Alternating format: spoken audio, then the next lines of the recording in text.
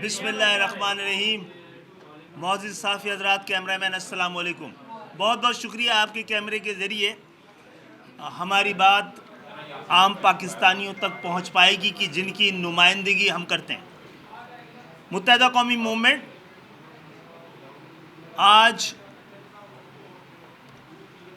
اس کی سندھ کے شہری علاقوں کی 85% نمائندگی ہے، اور یہ نمائندگی صرف نمبرز کے ساتھ نہیں ہے، یہ تعداد اور معیار کے ساتھ ایسے شہروں کی نمائندگی ہے جن کی جو چلتے ہیں تو یہ پورا ملک پلتا ہے. گزشتہ 70 سالوں میں سندھ کے شہری علاقوں میں ہر طرح کی رکاوٹیں، پابندیاں اور بجٹ کے موقع پہ ہر وقت کسی بھی مسئلے پہ اگر کسی علاقے کو اگنور کیا جاتا ہے تو وہ سندھ کے شہری علاقے ہیں. پاکستان کا یہ ایوان پاکستان کے 25 کروڑ عوام کے لیے قانون سازی کے لیے بنا ہے. تو اس ایوان میں وہ لوگ ہونے چاہیے تھے جو کہ عام پاکستانیوں کی دکھ اور درد سے نہ صرف واقف ہوتے بلکہ اسے نبرد آزما بھی ہوتے. تو ایک ایسی جماعت آپ کے درمیان تھی جس نے کہ مڈل کلاس کے لوگوں کا ایوانوں میں بھیجا، اور یہ چیلنج تھا پورے اس جاگیردارانہ جمہوریت کے لیے، خاندانی حکومتوں کے لیے.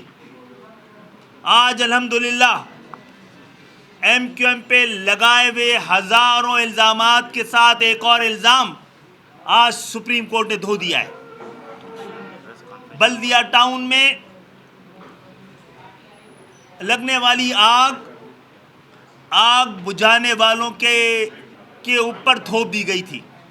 پورے پاکستان بلکہ پوری دنیا میں موقع ملا کہ وہ جماعت جو خطرہ ہے کہ کل اس کی وجہ سے ایوانوں میں عام پاکستانی کہیں اپنی بات کرنے کے لیے پہنچ نہ جائیں، ہمارے خلاف ہمارے چہرے کو مسخ کرنے کے لیے اور ایم کیو ایم کو کرمنلائز کرنے کے لیے ہر دور میں الزام لگایا جاتا رہا ہے. الحمدللہ آپ کے کیمرے کے ذریعے بتا رہا ہوں، ایک الزام آج تک ثابت نہیں ہوا ہے. زیادہ تر الزامات لگانے والوں نے عدالتوں میں یا میڈیا پہ آ کے واپس لیے ہیں. آج بلدیہ ٹاؤن فیکٹری کے الزام سے ایم کیو ایم اور ایم کیو ایم کے معصوم بے گناہ کارکنوں کو سپریم کورٹ نے جو بری کیا ہے، اس پہ ہم سپریم کورٹ کے بے حد مشکور ہیں. معزز صحافی حضرات، ایم کیو ایم جن علاقوں کی نمائندگی کرتی ہے ان علاقوں کے جانب سے خاص طور پہ کراچی، اس کے ٹیکس سے یہ آپ کا بجٹ تیار ہوتا ہے، اور ہم بیکاریوں کی طرح اپنے شہر کے لیے ہر بار جن کو ہمیں اس شہر کو فیصلہ کرنا چاہیے کہ اس کو کتنا بجٹ ملے گا، ہم اپنے لیے بجٹ اپنا حصہ مانگ رہے ہوتے ہیں اور حصے سے کہیں کم مانگ رہے ہوتے ہیں. وہ کراچی جو 2008-10 میں دنیا کے 12 ایمرجنگ شہروں میں تھا، آج 4 بدترین شہروں میں کہلاتا ہے. ہمارا مطالبہ تھا کہ کراچی اور روڑی کے درمیان ML1 کا آغاز کیا جائے. ہم دوبارہ مطالبہ کرتے ہیں کہ اس پروجیکٹ کو مکمل کیا جائے. یہ پروجیکٹ پورے پاکستان کی معیشت کے لیے بہت اہم ہے. اسی طرح کراچی اور حیدرآباد کراچی جو پاکستان کی واحد پورٹ ہے، آج موٹر وے سے نہیں جڑی ہوئی. موٹر وے کے نام پر M9 ایک دھبا ہے. اب پرانی ایک بہتر سپر ہائی وے کو M9 قرار دے دیا گیا ہے. ہم دوبارہ مطالبہ کرتے ہیں کہ M9 کو نئے الائنمنٹ میں دوبارہ سے بنایا جائے.